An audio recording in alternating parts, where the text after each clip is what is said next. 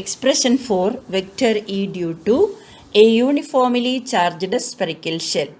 You can see a positively charged circular region, that is spherical shell of radius r and center O.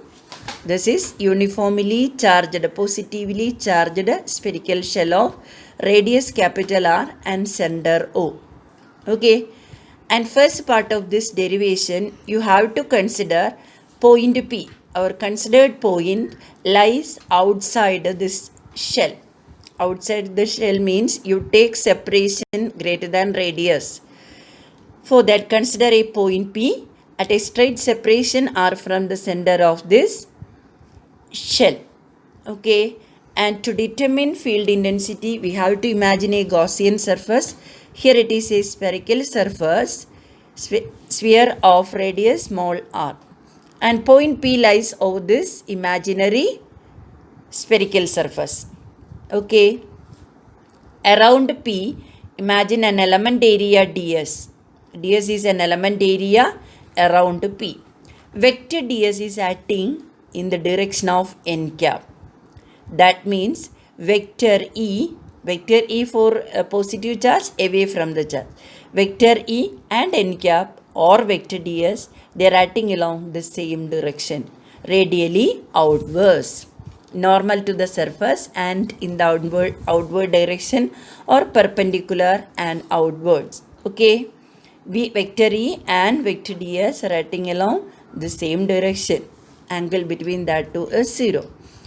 And over this imaginary Gaussian sphere, we have to apply Gauss's law, mathematical form. What is our mathematical form? This is explanation. Mathematical form is vector. Here also closed integral is there. Closed integral. Vector E dot vector ds equal to q by epsilon 0. Okay. When you write in the notebook, you have to put closed sign is here. Closed sign means a circle. Vector E dot vector ds equal to q by epsilon 0. Okay. Applying LHS over this Gaussian surface, the relation becomes E ds integral E ds cos 0, since vector E is parallel to n cap. Vector E is parallel to n cap. Okay. Vector E is parallel to, you have to write here vector notation. Vector E is parallel to n cap. Okay. And this becomes integral E ds, that is E into integral ds. Integral ds over the Gaussian surface, that gives total surface area of this imaginary outer spherical shell. It is of area 4 pi r square. Now our LHS becomes E into 4 pi r square. Put an equation number, that is 2. Similar way, same as previous, you have to determine charge enclosed by this Gaussian surface. Charge enclosed means the total charge inside this Gaussian sphere. It is charge of spherical shell. How will you determine charge of spherical shell? Q is equal to surface charge density into area of shell. Surface area of shell is 4 pi capital R square. Q is equal to sigma into total surface area of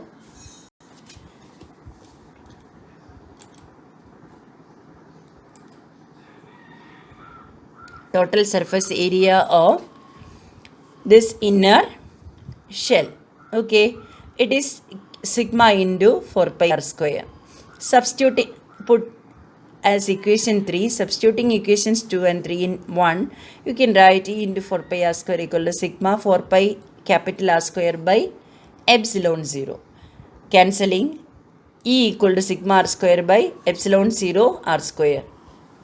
In vector notation, vector E equal to sigma capital R square divided by epsilon 0 small r square into n cap. N cap is a unit vector perpendicular to the surface. Okay, that is our first part, when point P lies outside. Second part is when point P lies on the surface of shell. When point P lies on the surface, this small r decreases to capital R. P comes closer and lies over the surface, then small r becomes equal to capital R. That is the condition here, r equal to capital R. In this equation, you substitute that condition, r equal to capital R. Then you can write sigma r square by epsilon 0 capital R square into n cap. R square and r square cancels. Remaining term vector E equal to sigma by epsilon 0 into n cap. Okay, it is a constant value, it is maximum value, it is independent of distance and is acting, it is constant throughout the surface of shell and is acting normal to the surface. Clear? Because direction is along n cap. And the third part is when point P lies inside the shell. Inside the shell, the charge enclosed is 0. There will be no charge inside the shell. All the charges reside over the surface. Therefore, charge inside is equal to 0. And since the charge is 0, field is also 0. Okay. And this much only applications of Gauss's law. And for the second application, we have an application. Second application means infinite plane sheet. For an infinite plane sheet, if we consider two parallel sheets, first one an infinite plane sheet, second one another infinite plane sheet. When we place these two sheets parallel and close to each other, what will be the field? Okay, and it is an application of second Gauss's law application. And to explain this, you have to assume two conditions. The value of field, first condition is the value of field or the sign of electric field to the left side of a sheet is negative and the sign of electric field to the right side of a sheet, a particular sheet, either first one or second one, to the left side the value is electric field value is negative and right side the sign is positive. That is the first condition. Second condition, individual field values you add to find the resultant. Okay, including sign you add to find the resultant. And to determine field intensity due to these two parallel sheet, you divide the entire region, this is the region of two sheets, into three parts: region 1, region 2 and region 3. Region 1 lies left side or left to the first sheet, region 2 between the two sheets and region 3 right side of second sheet.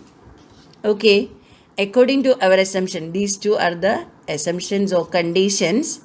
According to our condition, in region 1 lies left side of both the sheets. Therefore, both E1 and E2 values are negative. E1 means E due to first sheet. E2 means E due to second sheet. Both the values are negative. How will you find resultant field here? E in 1, region 1.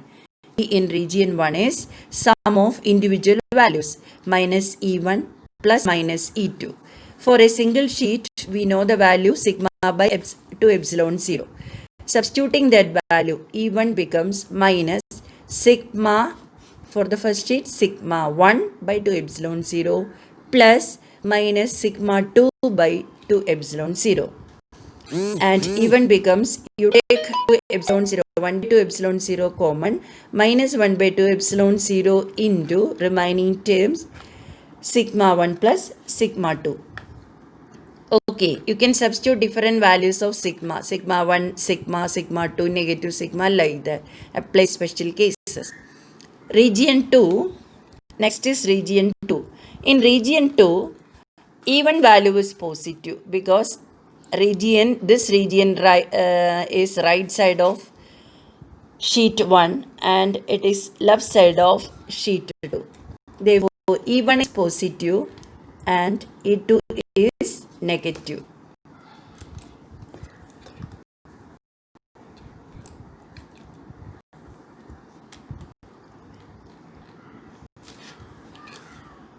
One minute. E2 is E1 is positive and E2 is negative. Okay, and you can write E in region 2. This small 2 means region 2 equal to E1 plus minus E2. That is E2 is equal to sigma by 2 epsilon 0 plus minus sigma by 2 epsilon 0. You take 1 by 2 epsilon 0 common, sigma 1 minus sigma 2.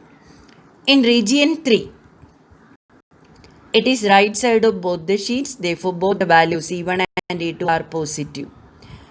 That is E in region 3 is equal to sum of individual values E1 plus E2. That is E3 equal to sigma 1 by 2 epsilon 0 plus sigma 2 by 2 epsilon 0. 1 by 2 epsilon 0 common, sigma 1 plus sigma 2. Okay, what you need to do is, this is the last equation. What you need to do is, all the three equations, region 1 last equation, region 2 last equation, region 3 last equation, you can apply special cases. When sigma 1 equal to positive, when sigma 2 equal to positive and equal. Second one, sigma 1 is positive sigma, sigma 2 is negative sigma. Third one, both the values negative sigma and equal. Okay, try and find out different relations. If you have any doubt, send your doubt through WhatsApp. Hope you all understood this. Thank you all.